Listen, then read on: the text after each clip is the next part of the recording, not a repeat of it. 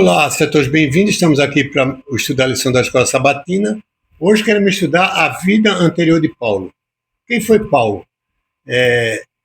Temos o conhecimento de que Paulo foi um perseguidor da igreja.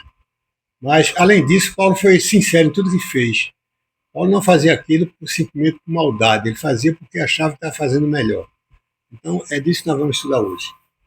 Eu só queria pedir a vocês que se inscrevam no canal, curtam o vídeo e ativem o sininho de notificações. Sessões rápidas, simples e não tem custo nenhum para vocês. Faça isso, nos ajude nessa caminhada, que nós possamos juntos estarmos aprendendo para também nos libertarmos, porque muitas coisas têm nos deixado confuso e fazemos coisas que não é verdadeiro, não é aquilo que Deus quer, porque fazemos até de coração, achando que estamos fazendo melhor, mas na realidade precisamos mudar muitos conceitos que nós temos, inclusive na questão da salvação da igreja. Então pense nisso, vamos juntos refletir.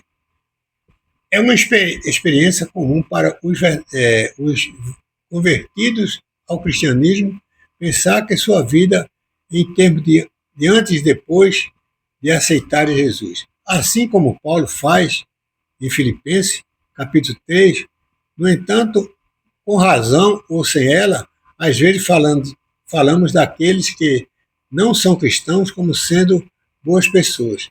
E, pelo menos, de acordo com os padrões do mundo, são boas pessoas, sim. Em contraste, quando comparamos os padrões de Deus, ninguém o é, nem mesmo os cristãos. Então, ninguém, para começar, ninguém é bom. Porque o próprio Cristo diz que ninguém é bom, só o Pai é bom. Então, nós não podemos jamais nos arvorar como pessoas boas, porque nós somos fruto do pecado e por mais que nós queiramos ser, nós não somos bons, porque dentro do próprio cristianismo nós não temos a perfeição nessa questão e muitas outras nós não somos bons. Nós precisamos melhorar muito a cada dia. Em Filipenses 3, de 4 a 6, Paulo menciona diversos aspectos de sua vida que em outro tempo ele viu como motivo de orgulho. Quais são esses aspectos? Como você descreveria os pontos positivos de sua própria vida, tanto do passado como do presente? Filipenses 3, de 4 a 6, diz assim, primeiro, verso 4. Embora eu mesmo tivesse razões para ter tal confiança, se alguém pensa que tem razões para confiar na carne, e eu ainda mais. Considerado no circuncidado no 8º dia de vida, pertencente ao povo de Israel, à tribo de Benjamim, verdadeiro hebreu. Quanto à lei, fariseu. Quanto ao zelo, perseguidor da igreja. Quanto à justiça que há na lei, irrepreensível. Então, Paulo diz que fez tudo bem e ele tinha todos os requisitos para realmente fazer o que fez. Esses versículos destacam a confiança de Paulo em Cristo, mesmo diante de suas próprias qualidades e experiências. Então, Paulo passou pela experiência que realmente ele tinha convicção de estar fazendo a coisa certa, ele era um israelita e da linhagem de Benjamim, e como ele mesmo diz, quanto à lei, ele era um fariseu.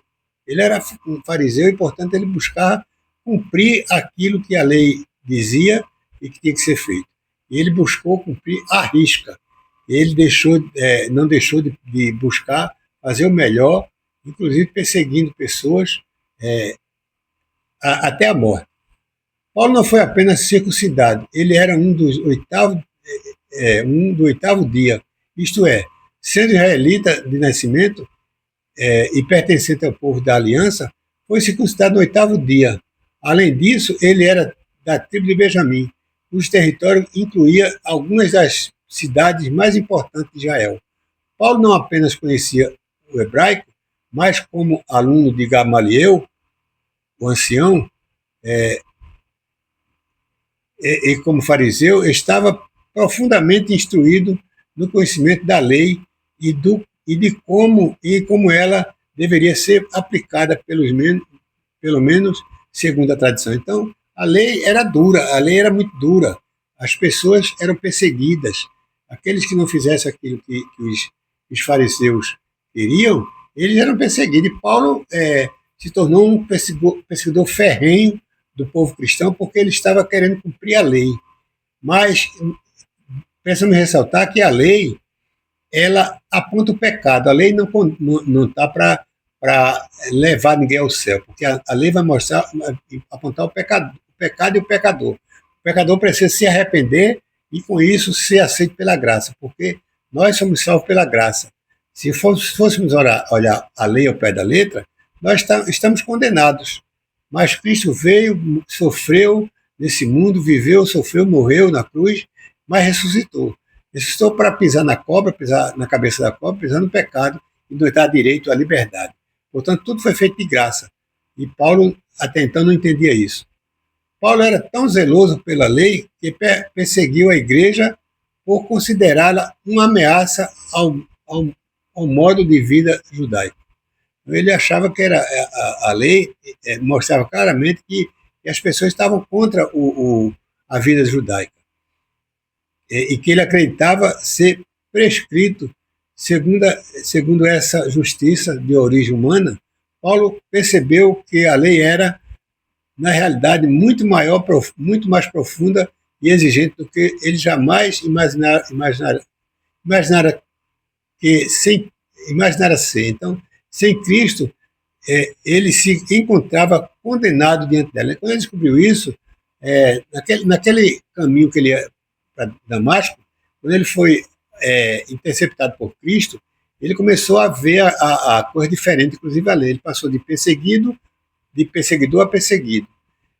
Compare Romanos 7, de 7 a 12, Mateus 5, de 21, 22, 27 e 28, que ponto essencial Jesus e Paulo destacaram sobre a lei. E porque a fé em Cristo é a única fonte de justiça, e não a lei. Reflita quão bem você cumpre a lei, especialmente da maneira que Jesus ensinou que deveríamos fazer. Então, Jesus veio tirar alguns embates que tinha, algumas situações que atrapalhavam a própria lei, e, com isso, Paulo aprendeu que a lei ela era boa, justa, mas que era preciso ser tratada como Cristo tratou.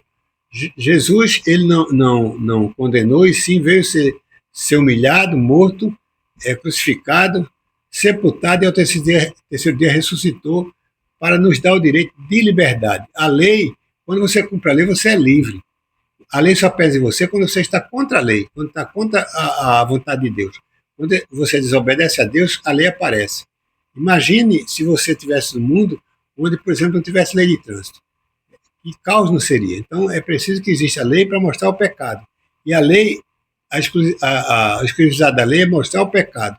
Mas o pecador está pronto a ser aceito por Deus, por Jesus Cristo, porque ele morreu por nós.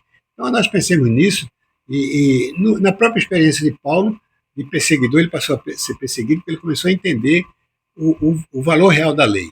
Refletamos nisso, sejamos capazes de melhorar o nosso conhecimento e sermos realmente verdadeiros cristãos. Cristãos que venham ser a imagem do Cristo que morreu por nós. Pense nisso, reflita sobre isso, e assim nós seremos grandes colaboradores do próprio Evangelho. E não esqueça, nem só de pão viverá o homem, mas de toda palavra que sai da boca de Deus.